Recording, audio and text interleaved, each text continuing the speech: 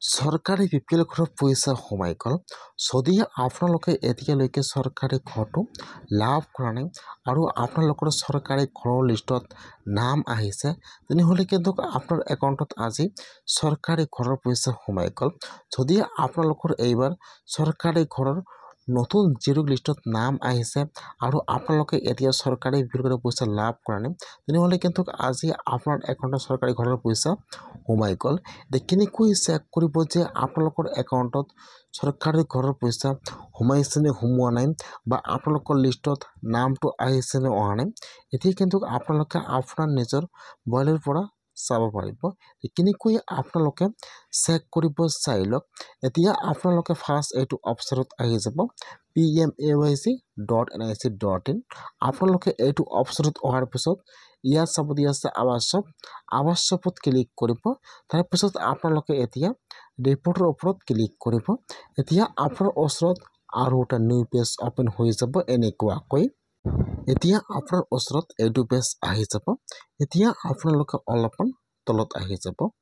অহাৰ পিছত ইয়াত চাব, ইয়াত যিটো এফ নম্বৰ অপশ্যন আহি যাব EFMS ৰিপৰ্ট।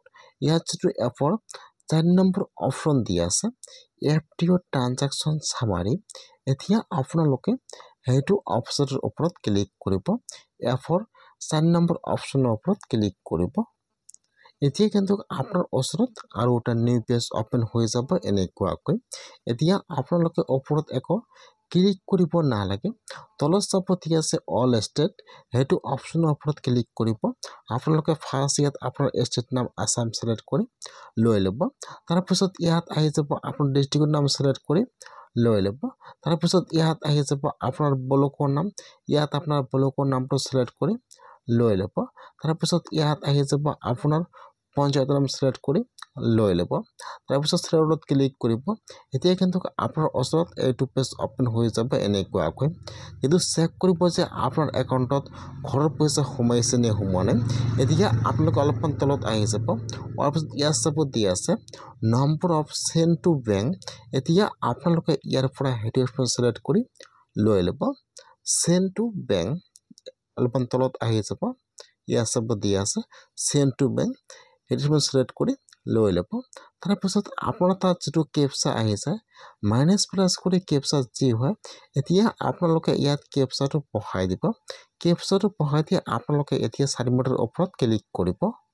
যেতিয়া আপোনালোকে কেপচাটো 4 মিনিটৰ ওপৰত ক্লিক কৰিব, এতিয়া কিন্তু আপোনাৰ ওচৰত আপোনাৰ ডিষ্ট্ৰিক্টৰ নাম আৰু ইয়াত আপোনাৰ ব্লকৰ নামটো আহি যাব আৰু ইয়াত আপোনাৰ ঘৰৰ FPO নম্বৰটো আহি যাব।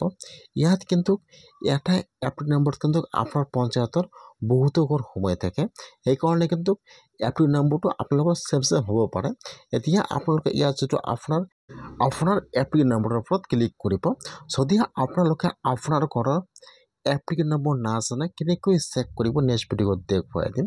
ইয়াত আপোনাৰ পঞ্চায়ত নাম আহি যাব, আপোনাৰ গাঁৱৰ নাম আহি যাব, ইয়াত আপোনাৰ ঘৰৰ ষ্টেচন ID নম্বৰ আহি যাব, এই ফলত আপোনাৰ ফুল নেম আহি যাব। তাৰপিছত ইয়াত আপোনালোকে যিটো বেংকৰ একাউণ্ট জমা কৰিছিলে ইয়াত বেংকৰ নামটো আহি যাব আৰু এই ফলত এমাউণ্টটো আহি যাব যে আপোনাৰ ফাৰ্ষ্ট কিস্তি কিমান টকা সোমাইছে এমাউণ্টটো আহি যাব আৰু ইয়াত ডেটটো আহি যাব যে আপোনাৰ একাউণ্টত কিমান তাৰিখে পইচাটো সোমাইছে, এই ফলত ডেটটো আহি যাব। এতিয়া কিন্তু আপোনালোকে এনেকুৱাকৈ লিষ্টটো চাব লাগিব আৰু ইয়াত চাব লাগিব যে আপোনাৰ একাউণ্টত পইচাটো সোমাইছে নহয়, মানে আপোনালোকে ইয়াত এনেকুৱাকৈ চাব পাৰিব। যদি আপোনালোকে এতিয়াও চৰকাৰী ঘৰটো লাভ কৰা নাই, তেনেহ'লে আপোনালোকে আজিয়ে চৰকাৰী ঘৰৰ লিষ্টটো চেক কৰক যে আপোনালোকৰ লিষ্টত নামটো আহিছে নে অহা নাই আৰু আপোনাৰ একাউণ্টত পইচা সোমাইছে নে, মানে এনেকুৱাকৈ চেক কৰক।